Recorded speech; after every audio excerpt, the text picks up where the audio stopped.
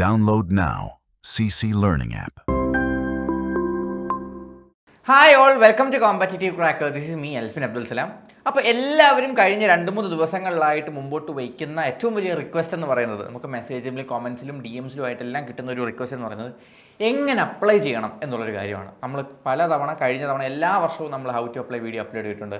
പക്ഷേ this time there are things that are completely different. നമുക്ക് ഇത്തവണ ആപ്ലിക്കേഷൻ പ്രൊസീജിയറിൽ കാര്യമായിട്ടുള്ള മാറ്റങ്ങൾ വന്നിട്ടുണ്ട്. നമുക്ക് ഡീറ്റെയിൽ ആയിട്ട് ഈ വീഡിയോയിൽ എങ്ങനെ അപ്ലൈ ചെയ്യണം എന്നുള്ള കാര്യം മനസ്സിലാക്കാം.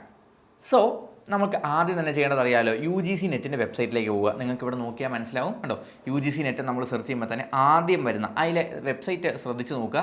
നമുക്ക് കഴിഞ്ഞ തവണത്തെ എൻറോൾമെൻറ്റിന് തൊട്ട് മുമ്പ് വരെയുള്ള കാലഘട്ടങ്ങളിലെല്ലാം നമ്മൾ UGCnet.nta.ac.in എന്ന് പറയുന്ന വെബ്സൈറ്റിലായിരുന്നു നമ്മൾ രജിസ്റ്റർ ചെയ്തുകൊണ്ടിരുന്നത്. കഴിഞ്ഞ സൈക്കിൾ മുതൽ നമ്മൾ UGCnet.nta.nic.in എന്ന് പറയുന്ന വെബ്സൈറ്റിലാണ് ക്ലിക്ക് ചെയ്തത്. നമ്മൾ അപ്ലൈ ചെയ്തുകൊണ്ടിരിക്കുന്നത് അല്ലെങ്കിൽ എല്ലാ അപ്ഡേറ്റുകളും വന്നുകൊണ്ടിരിക്കുന്നത്, നമ്മൾ റിസൾട്ട് നോക്കുന്ന എല്ലാം ഈ വെബ്സൈറ്റിലാണ്. This is the new official website of UGC net. അപ്പോൾ നമുക്ക് ആദ്യം കാണുന്ന ഈ വെബ്സൈറ്റിൽ തന്നെ നമ്മൾ എന്ത് ചെയ്യുക, ക്ലിക്ക് ചെയ്യാം. അപ്പോൾ നമുക്ക് ഈ ഒരു ബ്ലൂ, വൈറ്റ് ആൻഡ് ഓറഞ്ച് മിക്സ്ചറുള്ള ഈ വെബ്സൈറ്റാണ് നമുക്ക് വരിക. ദാറ്റ് ബ്ലൂ ബാനുള്ള വെബ്സൈറ്റ്. ഇതാണ് നമ്മളുടെ official website of UGC net. അവിടെ നമ്മളെ ലേറ്റസ്റ്റ് ന്യൂസ് എന്ന് പറഞ്ഞ് പോകുന്നിടത്ത് നമുക്ക് എന്ത് വരും, ആപ്ലിക്കേഷനുള്ള ലിങ്ക് വരും. അതിനോടൊപ്പം തന്നെ താഴെ പബ്ലിക് നോട്ടീസസിൻ്റെ അകത്ത് ലിസ്റ്റ് ഓഫ് സബ്ജക്ട്സ്, നമുക്ക് ഏതൊക്കെ സബ്ജക്റ്റിലാണ് നെറ്റ് അപ്ലൈ ചെയ്യാൻ പറ്റുന്നത് എന്ന് പറയുന്ന സബ്ജക്റ്റ് കോഡുകളുടെ ലിസ്റ്റ് താഴെ കൊടുത്തിട്ടുണ്ട്. അതിന് താഴെ നമ്മളെ നോട്ടിഫിക്കേഷൻ പുറപ്പെടുവിച്ചിരിക്കുന്ന നോട്ടിഫിക്കേഷൻ്റെ ഡോക്യുമെൻറ്റ് നമുക്ക് അവൈലബിൾ ആണ്. അത് നമുക്ക് വായിച്ച് നോക്കാവുന്നതാണ്. നമ്മുടെ ഫ്രീ ഗ്രൂപ്പുകൾ അത് ഷെയർ ചെയ്തിട്ടുണ്ട്. ഫ്രീ ഗ്രൂപ്പിലേക്ക് ജോയിൻ ചെയ്യാൻ വേണ്ടി താഴെ കാണുന്ന നമ്പറിൽ നിങ്ങൾക്ക് കോൺടാക്ട് ചെയ്യാവുന്നതാണ്. അല്ലെങ്കിൽ നമ്മുടെ ഫ്രീ ഗ്രൂപ്പിൻ്റെ ലിങ്ക് താഴെ പിൻഡ് ആയിട്ടുണ്ട്. അതിലൂടെ നിങ്ങൾക്ക് ഫ്രീ ഗ്രൂപ്പിലേക്ക് ജോയിൻ ചെയ്ത് എല്ലാ അപ്ഡേറ്റുകളും ടൈംലി ആയിട്ട് അറിയാവുന്നതാണ്. അപ്പോൾ നമ്മൾ പറഞ്ഞ പോലെ തന്നെ ഈ ലേറ്റസ്റ്റ് ന്യൂസ് എന്നുള്ളിടത്ത് ഇങ്ങനെ ഫ്ലാഷ് ചെയ്ത് പോകുന്നിടത്ത് നമുക്ക് കാണാനായിട്ട് സാധിക്കും എന്താണ്, opening of online application for UGC net June 2026 exam എന്ന്. അവിടെ ക്ലിക്ക് ചെയ്യുമ്പോൾ പുതിയൊരു പേജ് ആയിരിക്കും ഓപ്പൺ ആയി വരുന്നത്. അവിടെ ഈ കാണുന്ന opening of online application form എന്ന് പറയുന്നതിൽ ക്ലിക്ക് ചെയ്ത് കഴിയുമ്പോൾ നമുക്കിങ്ങനൊരു വരിക, നമുക്കിങ്ങനൊരു സൈറ്റ് ആയിരിക്കും അവൈലബിൾ ആവുക. അവിടെ നടുക്കത്തെ ഓപ്ഷൻ കണ്ടോ, register your self for the above mentioned examination. അതിൽ ന്യൂ രജിസ്ട്രേഷൻ എന്നുള്ളത് ക്ലിക്ക് ചെയ്യുക.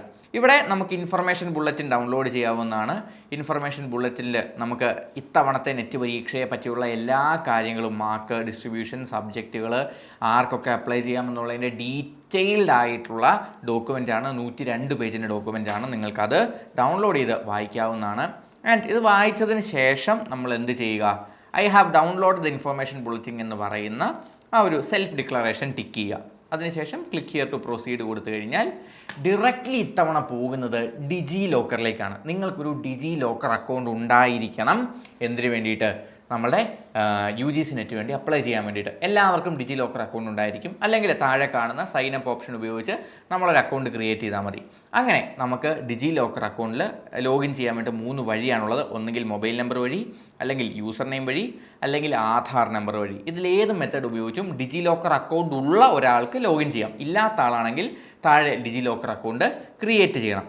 ഇത് അക്കാഡമിക് ബാങ്ക് ഓഫ് ക്രെഡിറ്റ്സുമായിട്ട് നമ്മൾ നെറ്റിനെ ലിങ്ക് ചെയ്യിക്കാൻ വേണ്ടിയിട്ടായിരിക്കാം കൊണ്ടുവന്നിട്ടുള്ളത്. അപ്പോൾ ഞാൻ മൊബൈൽ നമ്പർ ഉപയോഗിച്ച് ലോഗിൻ ചെയ്യാൻ പോവുകയാണ്.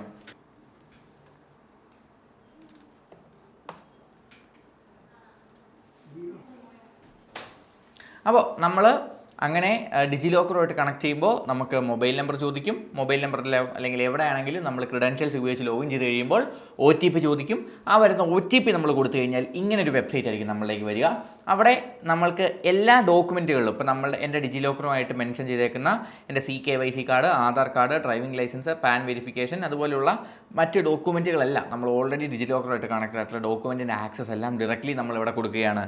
നമ്മൾ NTAയുടെ വെബ്സൈറ്റിന് കൊടുക്കുകയാണ്. അവിടെ നമ്മൾ എന്ത് ചെയ്യുക, അവിടെ നമ്മളെ KYC ഡീറ്റെയിൽസ് ആണ് അവിടെ ചോദിക്കുന്നത്. നമുക്ക് ഇപ്പോൾ കണ്ടോ, ജൂൺ 1, 2026 വരെ, അതായത് നമ്മൾ എന്നാണോ കൺസെൻറ്റ് കൊടുക്കുന്നത് അന്ന് മുതൽ 30 ദിവസത്തേക്ക് ഡിജി ലോക്കറിൽ നമ്മൾ അപ്ലോഡ് ചെയ്തിരിക്കുന്ന സാധനങ്ങളെല്ലാത്തിൻ്റെയും ആക്സസ് NTAക്ക് കിട്ടും. ഏതൊക്കെ ഡോക്യുമെൻറ്റുകൾക്ക് നമുക്ക് ആക്സസ് കൊടുക്കുക എന്നുള്ളത് നമുക്ക് മുകളിൽ നിന്ന് സെലക്ട് ചെയ്യാവുന്നതാണ്. സെലക്ട് ഓൾ കൊടുക്കുക എന്നുള്ളതാണ് നമുക്കിപ്പോൾ ചെയ്യേണ്ട കാര്യം. ഓക്കെ, എന്നിട്ട് നമ്മൾ എന്ത് ചെയ്യുക, അലോ കൊടുക്കുക. അലോ കൊടുത്തു കഴിയുമ്പോഴത്തേക്കിനും നമ്മളുടെ റിക്വസ്റ്റ് പ്രോസസ്സ് ചെയ്യുന്നതായിരിക്കും. ആൻഡ് അത് നമ്മളെ അവസാനം എങ്ങോട്ടേക്ക് എത്തിക്കും, നമ്മളുടെ പ്രൊസീഡ് ടു രജിസ്ട്രേഷൻ എന്ന് പറയുന്ന വെബ്സൈറ്റിലേക്ക് എത്തിക്കും. അവിടെ click here to proceed for registration കൊടുക്കുക. അവിടെ നിന്നാണ് നമ്മൾ നമ്മളുടെ ഡീറ്റെയിൽസ് കൊടുക്കുന്നത്. ഓബ്വിയസ്ലി നമ്മുടെ ആധാർ ഡീറ്റെയിൽസ് മറ്റു കാര്യങ്ങളും കൊടുത്തിട്ടുള്ളതുകൊണ്ട് നമ്മളുടെ പേര് ഇവിടെ ഓട്ടോമാറ്റിക്കലി വരുമായിരിക്കും. അപ്പോൾ നമ്മളവിടെ എന്താണ് ചെയ്യേണ്ടത്? ബാക്കി ഫീൽഡുകൾ മാത്രം ഫില്ല് ചെയ്ത് കൊടുക്കുക. ഫാദറിൻ്റെ പേര്, മദറിൻ്റെ പേര് പോലെയുള്ള മറ്റു കാര്യങ്ങൾ ശ്രദ്ധിക്കുക. ഗാർഡിയൻ്റെ പേരും മദറിൻ്റെ പേരും കൊടുക്കുമ്പോൾ കൃത്യമായിട്ട് നമ്മൾ SSLC ഡോക്യുമെൻറ്റിൽ എന്താണോ ഉള്ളത് അതേപടി തന്നെ കൊടുക്കണം. അപ്പോൾ രണ്ടാമത് നമ്മൾ കൺഫേം പേഴ്സണൽ ഡീറ്റെയിൽസ് എന്നുള്ളിടത്ത് ഒന്നുകൂടെ ഡീറ്റെയിൽസ് അയച്ചു കൊടുക്കുക. അതിന് താഴെ നമ്മളുടെ കോൺടാക്ട് ഡീറ്റെയിൽസ് അപ്ഡേറ്റ് ചെയ്യുക. ആദ്യം നമ്മുടെ അഡ്രസ്സാണ് കൊടുക്കേണ്ടത്. അതിലെല്ലാം നമ്മളെ ആധാറിൽ നിന്ന് ഫെച്ച് ചെയ്തേക്കുന്ന ഡേറ്റ കുറച്ചൊക്കെ ഫിൽഡ് ആയിരിക്കും. ബാക്കി കാര്യങ്ങൾ നമ്മൾ ഫില്ല് ചെയ്ത് കൊടുക്കുക. കൺട്രി, സ്റ്റേറ്റ്, ഡിസ്ട്രിക്റ്റ് എന്നിവ കൊടുക്കുക. പിൻ കോഡും കൂടെ ആഡ് ചെയ്ത് കൊടുക്കുക. എന്നിട്ട് നമ്മുടെ ഇലക്ട്രോണിക് കമ്മ്യൂണിക്കേഷൻ അഡ്രസ്സ്, നമ്മളുടെ മെയിൽ ID, മൊബൈൽ നമ്പർ, ഇത് രണ്ടും നമ്മൾ എന്ത് ചെയ്യുക? അപ്ഡേറ്റ് ചെയ്ത് കൊടുക്കുക. മൊബൈൽ നമ്പർ മിക്കവാറും ഫിൽഡ് ആയിരിക്കും. ഇമെയിൽ ID ആഡ് ചെയ്ത് കൊടുക്കുക. പിന്നെയാണ് നമുക്ക് പാസ്വേഡ് ചൂസ് ചെയ്യാനുള്ള അവസരം വരുന്നത്. പാസ്വേഡ് കൊടുക്കുമ്പോൾ എപ്പോഴും നമ്മൾ ശ്രദ്ധിക്കേണ്ട കാര്യം 8 മുതൽ 13 ക്യാരക്ടേഴ്സ് വരെ ഉണ്ടായിരിക്കണം. ഒരു അപ്പർ കേസ് ലെറ്ററെങ്കിലും വേണം, ആൽഫബറ്റെങ്കിലും വേണം. ഒരു ലോവർ കേസ് ആൽഫബറ്റെങ്കിലും വേണം. ഒരു ന്യൂമറിക്കൽ വാല്യൂ വേണം. ഒരു സ്പെഷ്യൽ ക്യാരക്ടർ വേണം. അറ്റ്, സ്ലാഷ്, പെർസെൻറ്റേജ്, ആൻഡ് പോലെയുള്ള സ്പെഷ്യൽ ക്യാരക്ടേഴ്സും നമുക്ക് വേണം. അപ്പോൾ ഇത്രയും കാര്യങ്ങളുള്ള ഒരു 8 മുതൽ 13 ലെറ്റേഴ്സ് വരെ ദൈർഘ്യമുള്ള പാസ്വേഡ് നിങ്ങൾ കൊടുക്കുക. സാധാരണ എല്ലാവരും ഫോളോ ചെയ്യുന്ന പാസ്വേഡ് ഫോർമാറ്റ് ഉണ്ട്, നിങ്ങൾക്കറിയാവുന്നതായിരിക്കും. അത് ചെയ്യുക, അല്ലെങ്കിൽ മറ്റേതെങ്കിലും ഫോർമാറ്റിലോ ചെയ്യുക. പക്ഷേ പാസ്വേഡ് മറന്നു പോകാതിരിക്കുക. റിക്കവറി പറ്റും, പക്ഷേ അത് ഇച്ചിരി ഹാസിൽഫുള്ളാണ്. നമുക്കിവിടെ ചില സമയത്ത് മെയിലിൽ നമുക്ക് സാധനങ്ങൾ വരികയും പാസ്വേഡ് നമുക്ക് റീസെറ്റ് ചെയ്യാനൊക്കെ അവസാനം നമുക്ക് റിസൾട്ടിലേക്കൊക്കെ വരുമ്പോൾ ചെക്ക് ചെയ്യാനൊക്കെ നമുക്ക് ചില ബുദ്ധിമുട്ട് വരും. സോ പാസ്വേഡ് കൃത്യമായിട്ട് നിങ്ങൾ സൂക്ഷിച്ച് വെക്കുക. പിന്നെ നമ്മൾ എല്ലാ തവണയും വരുന്ന പോലെ തന്നെ ഒരു സെക്യൂരിറ്റി ക്വസ്റ്റ്യൻ കൊടുക്കുക. സെക്യൂരിറ്റി ക്വസ്റ്റ്യനും ആൻസറും കൂടെ നിങ്ങൾ ഓർത്തിരുന്നത് വളരെ നല്ലതായിരിക്കും. ഓക്കെ,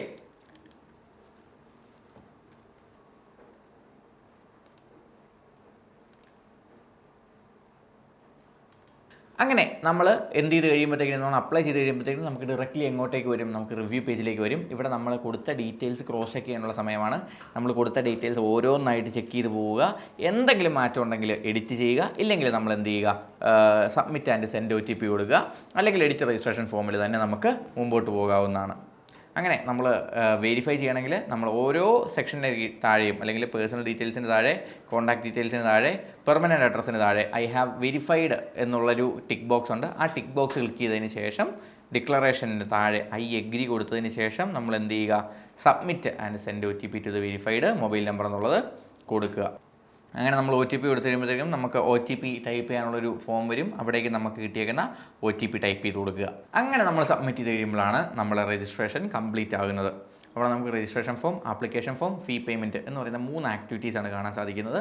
അപ്പോൾ നമ്മൾ രജിസ്ട്രേഷൻ ഫോം ഇപ്പോൾ കംപ്ലീറ്റ് ചെയ്തു. ഇനി നമ്മൾ അടുത്ത സ്റ്റെപ്പ് ആപ്ലിക്കേഷൻ ഫോം എന്നുള്ളതാണ്. ആപ്ലിക്കേഷൻ നമ്പർ നമുക്ക് അവൈലബിൾ ആയി. എന്നിട്ട് നമ്മൾ എന്ത് ചെയ്യുക?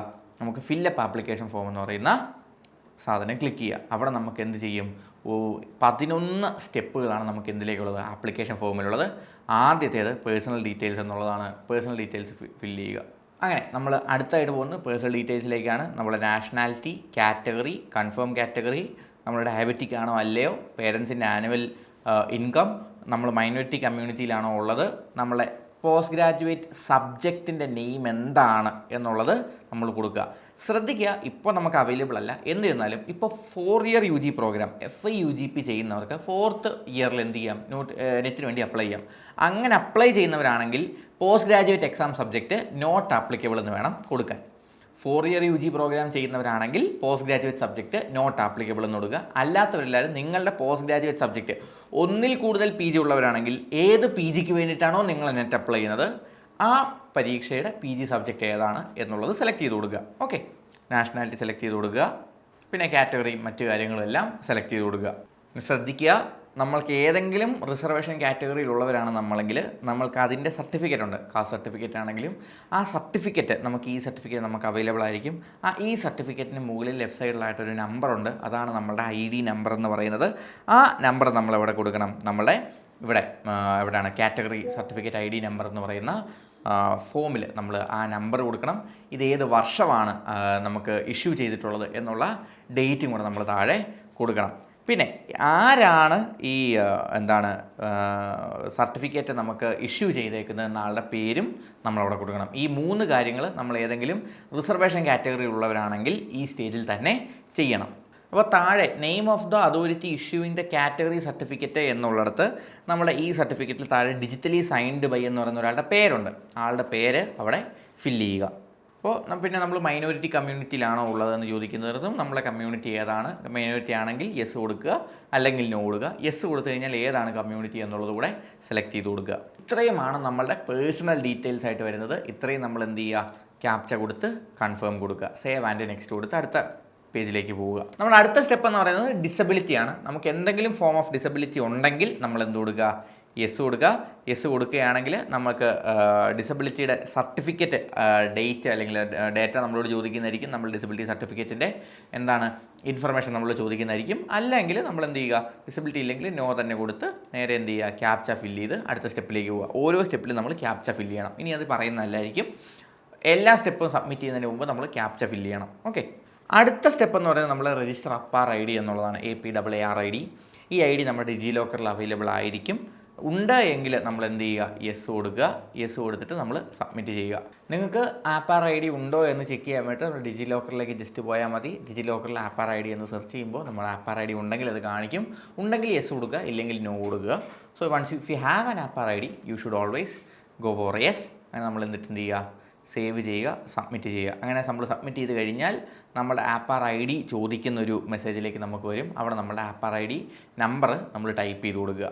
ഓക്കെ, അതും സബ്മിറ്റ് ആൻഡ് നെക്സ്റ്റ് കൊടുക്കുക. എന്നിട്ട് ഓക്കെ കൊടുത്ത് നമ്മൾ അടുത്ത ഫർദർ പ്രൊസീജിയേഴ്സിലേക്ക് പോവുക. അവിടെയാണ് നമ്മൾ എക്സാമിനേഷൻ സിറ്റീസ് സെലക്ട് ചെയ്യേണ്ടത്. ഇവിടെ നമ്മൾ എക്സാമിനേഷൻ സബ്ജക്റ്റും അതുപോലെ തന്നെ നമുക്ക് എവിടെയൊക്കെയാണ് എക്സാമിനേഷൻ വേണ്ടത് എന്നുള്ള സിറ്റി നമുക്ക് സെലക്ട് ചെയ്യാനുള്ളതാണ്. നമുക്ക് ഏറ്റവും അടുത്തുള്ള ജില്ല തന്നെ ആദ്യത്തെ പ്രിഫറൻസ് ആയിട്ട് കൊടുക്കുക. സെക്കൻഡ് പ്രിഫറൻസ് അതിന് തൊട്ടടുത്ത ജില്ല കൊടുക്കുക. അങ്ങനെ ചെയ്തു പോവുക. അപ്പോൾ നമ്മളെ കേരളത്തിലാണ് അല്ലെങ്കിൽ സംസ്ഥാനത്തിന് വെളിയിലാണ് എങ്കിൽ പോലും നമുക്ക് ഏറ്റവും അടുത്തുള്ള എക്സാം സിറ്റി ഏതാണ് എന്നുള്ളത് സെലക്ട് ചെയ്തു പോകും. ആദ്യം നമ്മൾ എന്തിൻ്റെ അടിസ്ഥാനത്തിലാണ് നമ്മൾ അപ്ലൈ ചെയ്യുന്നത് എന്നുള്ള കാര്യം നമ്മൾ കൊടുക്കുക. 4 ഇയർ UG പ്രോഗ്രാമിൻ്റെ ബേസിസിലാണോ മാസ്റ്റേഴ്സ് ഡിഗ്രി പ്രോഗ്രാമിൻ്റെ പേരിലാണോ എന്ന് സെലക്ട് ചെയ്യുക. നമ്മൾ ഏതാണ് നമ്മൾ ഓപ്റ്റ് ചെയ്തേക്കുന്ന സബ്ജക്റ്റ് എന്നുള്ളത് നമ്മൾ എന്ത് ചെയ്ത് കൊടുക്കുക, ആഡ് ചെയ്ത് കൊടുക്കുക. പിന്നെ ക്വസ്റ്റ്യൻ പേപ്പർ മീഡിയം ഇംഗ്ലീഷിൽ വേണോ ഹിന്ദിയിൽ വേണോ, ഇംഗ്ലീഷിലാണ് നമ്മൾ ചൂസ് ചെയ്യുന്നത്. ഇംഗ്ലീഷ് സെലക്ട് ചെയ്യുക. ആദ്യം നമ്മൾ സിറ്റി സെലക്ട് ചെയ്യുമ്പോൾ ആദ്യം സ്റ്റേറ്റ് സെലക്ട് ചെയ്യുക. സ്റ്റേറ്റ് സെലക്ട് ചെയ്തതിന് ശേഷം നമുക്ക് പറ്റുന്ന ഡിസ്ട്രിക്റ്റ് സെലക്ട് ചെയ്യുക. ആദ്യം നമ്മളുടെ ഏറ്റവും അടുത്തുള്ള ഡിസ്ട്രിക്റ്റ് തന്നെ, നമ്മളിപ്പോൾ താമസിക്കുന്ന ഡിസ്ട്രിക്റ്റ് ആദ്യം കൊടുക്കുക. രണ്ടാമത് നമുക്ക് തൊട്ടടുത്ത് കിടക്കുന്ന സിറ്റി സെലക്ട് ചെയ്യുക. മൂന്നാമത് അതിന് തൊട്ടപ്പുറത്ത് കിടക്കുന്ന സിറ്റി സെലക്ട് ചെയ്യുക. പിന്നെ ഫാദർ മദർ ക്വാളിഫിക്കേഷൻ ഒക്കുപ്പേഷൻ കൊടുക്കുക. അത് മാൻഡേറ്ററി അല്ല, അല്ലാതെ നമുക്ക് അപ്ലൈ ചെയ്ത് പോകാവുന്നതാണ്. പിന്നെ നമ്മൾ 4 ചോയ്സുകൾ കൊടുത്ത് സ്റ്റേറ്റ് സെലക്ട് ചെയ്ത് ഡിസ്ട്രിക്റ്റ് സെലക്ട് ചെയ്തു. പിന്നെ നമ്മളെ ഫാദറിൻ്റെയും മദറിൻ്റെയും ഒക്കുപ്പേഷനും ക്വാളിഫിക്കേഷനുമാണ്. അത് സെലക്ട് ചെയ്യുക. മാൻഡേറ്ററി അല്ല, സെലക്ട് ചെയ്തതിന് ശേഷം മുമ്പോട്ട് പോവുക. 4 സിറ്റീസും നമ്മൾ സെലക്ട് ചെയ്തതിന് ശേഷം ഫാദറിൻ്റെയും മദറിൻ്റെയും ക്വാളിഫിക്കേഷനും ഒക്കുപ്പേഷനും കൊടുക്കണം. റിക്വയർഡ് ഫീൽഡ് തന്നെയാണ്. അതിനുശേഷമാണ് നമ്മളുടെ ക്വാളിഫിക്കേഷൻ ഡീറ്റെയിൽസിലേക്ക് എത്തുന്നത്. 6ാമത്തെ സ്റ്റെപ്പിലാണ്. അവിടെ നമ്മളുടെ മാസ്റ്റേഴ്സ് ഡിഗ്രി, നമ്മളുടെ PGയുടെ നമ്മുടെ സ്റ്റാറ്റസാണ്, പാസ് സ്റ്റാറ്റസാണ് ചോദിക്കുന്നത്. നമ്മൾ പാസ്ഡ് ആണോ അപ്പിയറിംഗ് ആണോ എന്ന് ചോദിക്കും. ഞാൻ പാസ്ഡ് ആയതുകൊണ്ട് പാസ് കൊടുക്കുന്നു. നിങ്ങൾ PG ചെയ്തുകൊണ്ടിരിക്കുകയാണെങ്കിൽ നിങ്ങൾ അപ്പിയറിംഗ് തന്നെ കൊടുക്കുക. Year of passing or appearing, നമ്മൾ ഏത് വർഷമാണ് പാസ്സായത് എന്നുള്ള ഡീറ്റെയിൽ കൊടുക്കുക. അല്ലെങ്കിൽ നമ്മളിപ്പോൾ ഏത് വർഷമാണ് പാസ്സാവുന്നത് എന്നുള്ള ഡീറ്റെയിൽ നമ്മൾ കൊടുക്കുക. അപ്പോൾ നമ്മൾ സെക്കൻഡ് ഇയർ PGയിലായിരിക്കുമ്പോൾ നമ്മുടെ ഇയർ ഓഫ് പാസിംഗ് എന്ന് പറയുന്നത് 2026 തന്നെ ആയിരിക്കും. നമ്മൾ അപ്പിയറിംഗ് ആണെങ്കിൽ ശ്രദ്ധിക്കുക, നമുക്ക് 2006 എൻറോൾഡ് ആണെങ്കിൽ നമുക്ക് 2028 അവൈലബിൾ ആയിരിക്കും. അപ്പോൾ നിങ്ങൾ ഫസ്റ്റ് ഇയറിലാണെങ്കിൽ പോലും നമുക്ക് എന്ത് ചെയ്യാം, അപ്ലൈ ചെയ്യാനായിട്ട് പറ്റും. നമ്മൾ എന്ത് ചെയ്താൽ മതി, നമ്മൾ ഇയർ ഓഫ് പാസിങ് നമ്മൾ കൊടുക്കുക. അതായത് ഇപ്പോൾ 2006 ഇപ്പോൾ PGക്ക് ജോയിൻ ചെയ്യുന്നവർക്കും ഇപ്പോൾ എൻറോൾഡ് ആയിട്ടുള്ളവർക്കും നമുക്ക് എന്ത് ചെയ്യാൻ പറ്റും, അപ്ലൈ ചെയ്യാനായിട്ട് പറ്റും. കറൻ്റ്ലി ഇപ്പോൾ PGക്ക് എൻറോൾഡ് ആയിട്ടുള്ളവർ, അതായത് ഇപ്പോൾ PG ഫസ്റ്റ് ഇയർ സെക്കൻഡ് ഇയറിലേക്ക് പോകുന്നവർ, സെക്കൻഡ് ഇയറിൽ നിൽക്കുന്നവർ, സെക്കൻഡ് ഇയർ ലാസ്റ്റ് പരീക്ഷ ഫേസ് ചെയ്തിരിക്കുന്നവർ, ഇവർക്ക് എല്ലാവർക്കും അപ്ലൈ ചെയ്യാനായിട്ട് പറ്റും.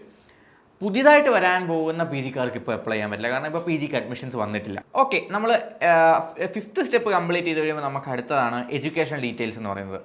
നമ്മൾ നെറ്റ് പാസ്ഡ് ആണെങ്കിൽ നമ്മൾ PG പാസ്ഡ് ആണെങ്കിൽ പാസ്ഡ് എന്ന് കൊടുക്കുക, അപ്പിയറിംഗ് ആണെങ്കിൽ അപ്പിയറിംഗ് എന്ന് കൊടുക്കുക. നമ്മൾ PG അപ്പിയറിംഗ് ആണെങ്കിൽ, അതായത് 2026 അഡ്മിഷന്, അതായത് ഈ വരുന്ന ജൂണിൽ അഡ്മിഷൻ എടുക്കാൻ പോകുന്നവർക്ക് അപ്ലൈ ചെയ്യാൻ പറ്റില്ല. പക്ഷേ ഇപ്പോൾ ഫസ്റ്റ് ഇയർ ആയതുകൊണ്ട് 2025 അഡ്മിഷനും 24 അഡ്മിഷനും എന്ത് ചെയ്യാം, നെറ്റിന് വേണ്ടി അപ്ലൈ ചെയ്യാം. ഇപ്പോൾ നമ്മൾ ഇയർ ഓഫ് പാസിങ് നമ്മൾ അപ്പിയറിംഗ് ആണ് ചോദിക്കുന്നതെങ്കിൽ 2028 വരെയുള്ളവർക്ക് കിട്ടുന്നതായിരിക്കും. സോ നമുക്ക് എന്ത് ചെയ്യാൻ പറ്റും, ഈ ഒരു കാര്യം നമുക്കവിടെ ഫില്ല് ചെയ്ത് കൊടുക്കാം. പിന്നെ നമ്മുടെ course or stream name master of arts, MA ആണെങ്കിൽ മാസ്റ്റർ ഓഫ് ആർട്സ് എന്നുള്ളത് അവിടെ സെലക്ട് ചെയ്യുക.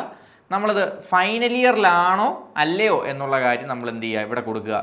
ഫൈനൽ ഇയർ ആണെങ്കിൽ സെലക്ട് ചെയ്യുക. സെലക്ട് ചെയ്തതിന് ശേഷം നമ്മൾ എന്ത് ചെയ്യുക, അത് ബാക്കി കാര്യങ്ങൾ കൊടുക്കുക, അല്ലെങ്കിൽ നോട്ട് ആപ്ലിക്കബിൾ എന്ന് കൊടുക്കുക. നമ്മളെ ക്വാളിഫയിങ് എക്സാം ഏത് രാജ്യത്താണ്, സ്റ്റേറ്റ് ഏതാണ്, യൂണിവേഴ്സിറ്റി ഏതാണ് എന്നുള്ള അപ്ഡേറ്റ് ചെയ്ത് കൊടുക്കുക. പിന്നെ റിസൾട്ട് മോഡ് നിങ്ങൾ പാസ്ഡ് ആണെങ്കിൽ മാത്രം CGPAയിലാണോ പെർസെൻറ്റേജിലാണോ എന്നുള്ളത് നോക്കുക. CGPAയിലാണെങ്കിൽ CGPA എന്ന് കൊടുക്കുക. ആദ്യം മാക്സിമം ഗ്രേഡ് പോയിന്റ് എന്ന് പറഞ്ഞാൽ ഔട്ട് ഓഫ് എത്രയിലാണ് നിങ്ങൾക്ക് കിട്ടിയതല്ല, മൊത്തം ഔട്ട് ഓഫ് എത്രയിലാണ് എന്നുള്ള കാര്യമാണ് ഫില്ല് ചെയ്യേണ്ടത്. 5 ഉള്ളൊരു 5 കൊടുക്കുക. എന്നിട്ട് നമുക്ക് ഒബ്റ്റൈൻഡ് ആയിട്ടുള്ള CGPA കൊടുക്കുക. അതിനുശേഷം അവർ ഓട്ടോമാറ്റിക്കലി എന്ത് ചെയ്യും, നമ്മളെ കൺവേർട്ട് ചെയ്ത് അത് 10ലേക്ക് മാറ്റുന്നതായിരിക്കും. 10ലാണെങ്കിൽ ഓട്ടോമാറ്റിക്കലി ഡയറക്റ്റ്ലി അത് വരികയും ചെയ്യും. എന്നിട്ട് ക്യാപ്ചർ കൊടുത്ത് സേവ് നെക്സ്റ്റ് കൊടുക്കുക. അടുത്തതാണ് നമുക്ക് അഡീഷണൽ ഡീറ്റെയിൽസ് വരുന്നത്. അവിടെ നമുക്ക് ട്വിൻ ഉണ്ടോ, ട്വിൻ പരീക്ഷ എഴുതുന്നുണ്ടോ, ഉണ്ടെങ്കിൽ യെസ് കൊടുക്കുക. നമ്മളെ വെരിഫിക്കേഷൻ പ്രൊസീജിയറിൽ നമുക്ക് അപ്ഡേറ്റ് ചെയ്യാൻ വേണ്ടിയിട്ടാണ്, ഒരേപോലുള്ള ആളുകളുടെ ആപ്ലിക്കേഷൻ തള്ളിപ്പോകാതിരിക്കാനൊക്കെ വേണ്ടിയിട്ടാണ്. പിന്നെ വെദർ അഡ്മിറ്റഡ് ഇൻ PhD ഉണ്ട് എങ്കിൽ യെസ് പെർസ്യൂവിങ് എന്നുള്ളത് നമ്മൾ എന്ത് ചെയ്യുക, ആഡ് ചെയ്യുക. അവാർഡാണെങ്കിൽ അങ്ങനെ കൊടുക്കുക. കാരണം 30 മുതൽ 33 വയസ്സ് വരെയുള്ള PhDയിൽ എൻറോൾഡ് ആയിട്ടുള്ള ആളുകൾക്കും എന്ത് ചെയ്യാൻ പറ്റും, JRFന് വേണ്ടി അപ്ലൈ ചെയ്യാനായിട്ട് സാധിക്കും. അല്ലെങ്കിൽ നമുക്ക് 30 വയസ്സ് വരെ JRFന് കിട്ടുള്ളൂ. നമ്മളപ്പോൾ അപ്ലൈയിങ് ആണ് എങ്കിൽ യെസ് പെർസ്യൂവിങ് എന്ന് കൊടുക്കുക. യൂണിവേഴ്സിറ്റി ഡീറ്റെയിൽസ്, ഏത് വർഷം അഡ്മിറ്റഡായി, നമുക്ക് 1991 മുമ്പ് MA പാസ്സായവരാണോ എന്നുള്ള കാര്യങ്ങളൊക്കെ നമ്മൾ അപ്ഡേറ്റ് ചെയ്ത് കൊടുക്കണം. അല്ലെങ്കിൽ നോ കൊടുക്കുക. ഓക്കെ. എക്സ് സർവീസ്മാന് എന്തെങ്കിലും സ്പെഷ്യലൈസേഷൻ ഉണ്ടെങ്കിൽ ആഡ് ചെയ്യുക. അത് ഇല്ലെങ്കിൽ നമ്മളെന്താണ്, റിസർച്ച് എക്സ്പീരിയൻസ് ഉണ്ട് PGക്ക് ശേഷം എന്നുണ്ടെങ്കിൽ യെസ് കൊടുക്കുക, അല്ലെങ്കിൽ നോ കൊടുക്കുക. എക്സ് സർവീസ്മാൻ ആണോ അല്ലയോ എന്ന് ചോദിക്കുന്നിടത്തും യെസ് ഓർ നോ കൊടുക്കുക. ഓക്കെ. എന്നിട്ട് നമ്മൾ അടുത്ത പോർഷനിലേക്ക് പോവുകയാണ്. അടുത്തതാണ് നമുക്ക് അഡീഷണൽ ഡീറ്റെയിൽസ് വരുന്നത്. അവിടെ നമുക്ക് ട്വിൻ ഉണ്ടോ, ട്വിൻ പരീക്ഷ എഴുതുന്നുണ്ടോ, ഉണ്ടെങ്കിൽ യെസ് കൊടുക്കുക. നമ്മളെ വെരിഫിക്കേഷൻ പ്രൊസീജിയറിൽ നമുക്ക് അപ്ഡേറ്റ് ചെയ്യാൻ വേണ്ടിയിട്ടാണ്, ഒരേപോലുള്ള ആളുകളുടെ ആപ്ലിക്കേഷൻ തള്ളിപ്പോകാതിരിക്കാനൊക്കെ വേണ്ടിയിട്ടാണ്.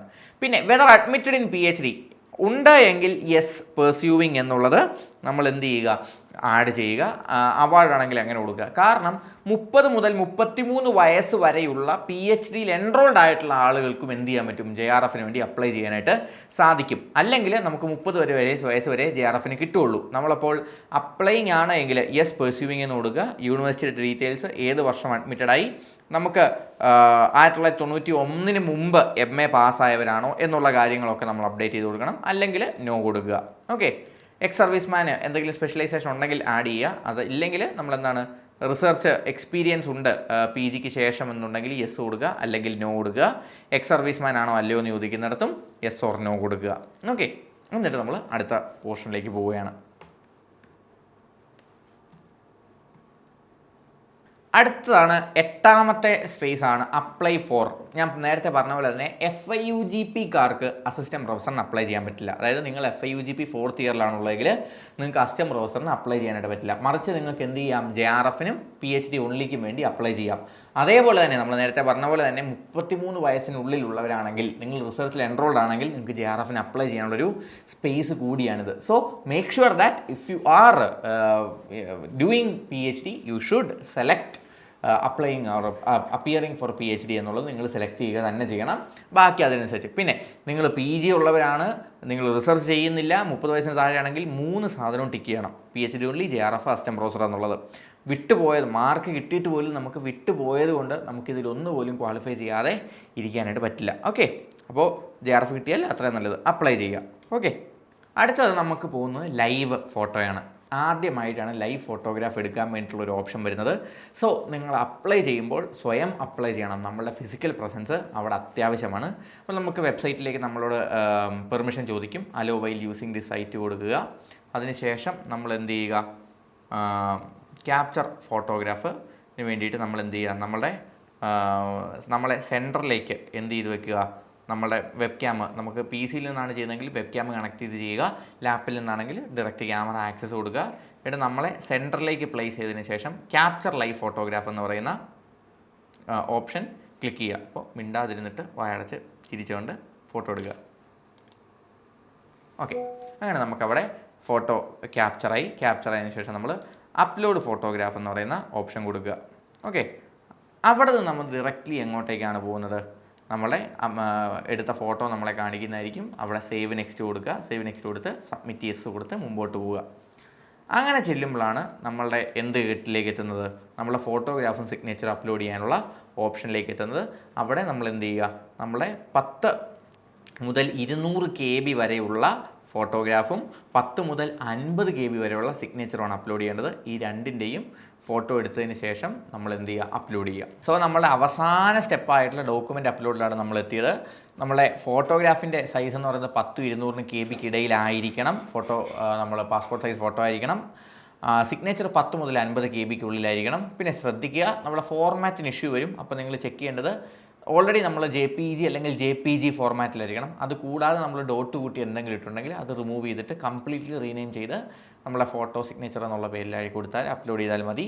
ഇത്രയും കാര്യങ്ങൾ അപ്ലോഡ് ചെയ്ത് കഴിയുമ്പോഴത്തേക്കും നമ്മൾ ആപ്ലിക്കേഷൻ പ്രൊസീജിയർ കംപ്ലീറ്റ് ആകും. നമ്മളങ്ങനെ നമ്മൾ ഡോക്യുമെൻറ്റ്സ് അപ്ലോഡ് ചെയ്തതിന് ശേഷം നമ്മൾ അവസാനം ഫൈനൽ സബ്മിറ്റിലേക്ക് പോവുക. അവിടെ എല്ലാ സെക്ഷൻസും സെലക്ട് ചെയ്തതിന് ശേഷം നമ്മൾ ഫൈനൽ സബ്മിറ്റിലേക്ക് പോയി കഴിയുമ്പോൾ നമ്മുടെ സബ്മിറ്റഡ് ഫോം ഇവിടെ കാണും. ഇത് ചെക്ക് ചെയ്തതിന് ശേഷമാണ് നമ്മൾ പേയ്മെൻറ്റിലേക്ക് പോവുക. അപ്പോൾ നമ്മൾ പേയ്മെൻറ്റ് ഗേറ്റ്വേയിലേക്ക് പോവുക. ഗേറ്റ്വേയിലേക്ക് ചെന്ന് കഴിയുമ്പോൾ നമ്മൾ ക്രെഡിറ്റ് കാർഡിലാണോ UPIയിലാണോ നമ്മൾ പേയ്മെൻറ്റ് ചെയ്യേണ്ടത്. ഓൺലൈൻ മാത്രമേ പേയ്മെൻറ്റ് കിട്ടുള്ളൂ. അത് ചെയ്ത് കഴിഞ്ഞാൽ നമുക്ക് ഫൈനൽ നമ്മളുടെ കൺഫർമേഷൻ പേജ് കിട്ടുന്നതായിരിക്കും. ആ കൺഫർമേഷൻ പേജ് നമ്മൾ ഡൗൺലോഡ് ചെയ്ത് സൂക്ഷിക്കുക. അതിൻ്റെ അകത്തായിരിക്കും നമ്മുടെ യൂസർ നെയിം ഉണ്ടായിരിക്കുക. യൂസർ നെയിം അല്ല, നമ്മുടെ രജിസ്റ്റേർഡ് ID ഉണ്ടായിരിക്കുക. നമ്മുടെ ആപ്ലിക്കേഷൻ നമ്പറും പാസ്വേഡും എപ്പോഴും സൂക്ഷിച്ച് വെക്കുക. ഇനി ഭാവിയിലേക്ക് അതാണ് നമുക്ക് നെറ്റ് എക്സാം കഴിയുന്ന വരെ യൂസ് ചെയ്യേണ്ടത്. പിന്നെ ഇത് 1 ടൈം രജിസ്ട്രേഷൻ മാത്രമാണ്. നമ്മളിപ്പോൾ ചെയ്യുന്നത് ജൂണിലെ നെറ്റ് പരീക്ഷ കഴിഞ്ഞ് കഴിഞ്ഞാൽ ഇൻവാലിഡ് ആവും. നമ്മൾ അടുത്ത പരീക്ഷയ്ക്ക് വേണ്ടി വീണ്ടും അപ്ലൈ ചെയ്യണം. സോ ഇത് ഈ പരീക്ഷയ്ക്ക് വേണ്ടി മാത്രമുള്ള ആപ്ലിക്കേഷനാണ്. എന്ത് ഡൗട്ട് ഉണ്ടെങ്കിലും നമ്മൾ താഴെ കാണുന്ന നമ്മുടെ ഫ്രീ ഗ്രൂപ്പിലേക്ക് ജോയിൻ ചെയ്യാവുന്നതാണ്. നിങ്ങൾക്ക് ഡൗട്ട്സ് എന്തുണ്ടെങ്കിലും ചോദിക്കാം, ക്ലാരിഫിക്കേഷൻ എന്തെങ്കിലും ചോദിക്കാം. ഏറ്റവും നേരത്തെ അപ്ലൈ ചെയ്യുക, ഏറ്റവും നേരത്തെ തന്നെ പഠിച്ചു തുടങ്ങുക. ഇനിയും നമുക്ക് മുമ്പോട്ട് മാറ്റി വെക്കാൻ സമയമില്ല. The best way to learn is right now. നമ്മുടെ 60 ദിവസത്തേക്ക് വേണ്ടിയിട്ടുള്ള നോട്ടിഫിക്കേഷൻ എക്സ്ട്രീം ബാച്ച് നമ്മൾ സ്റ്റാർട്ട് ചെയ്തിരിക്കുകയാണ്. അതിതീവ്രമായിട്ടുള്ള കോച്ചിങ്ങോട് കൂടിയുള്ള നമ്മുടെ ബാച്ചിങ് നമ്മൾ സ്റ്റാർട്ട് ചെയ്തിരിക്കുകയാണ്. So make sure that you join. കൂടുതൽ വിവരങ്ങൾക്ക് വേണ്ടി നമ്മുടെ ബോട്ട് നമ്പർ ആയിട്ടുള്ള 8086881144 എന്നുള്ള നമ്മുടെ ബോട്ട് നമ്പറിലേക്ക് കോൺടാക്ട് ചെയ്യുകയോ താഴെ കൊടുത്തിരിക്കുന്ന ഗൂഗിൾ ഫോമിൽ നിങ്ങൾക്ക് ഡീറ്റെയിൽസ് ഷെയർ ചെയ്യുകയോ ചെയ്യുക. For more informative videos keep subscribe to us. ആദ്യമായിട്ടാണ് ഈ വീഡിയോ കാണുന്നതെങ്കിൽ ഉറപ്പായിട്ടും നമ്മുടെ ചാനൽ സബ്സ്ക്രൈബ് ചെയ്യുക. അതിനോടൊപ്പം തന്നെ നിങ്ങൾ ആസ്പിരൻറ്റ് സുഹൃത്തുക്കളെ ഷെയർ ചെയ്തെത്തിക്കുക. നോട്ടിഫിക്കേഷൻ എനേബിൾ ചെയ്ത് വെക്കുക. So that you don't miss out on anything about net and research and assistant professorship. This is me, Alf Abdul Salam, signing off. Thank you.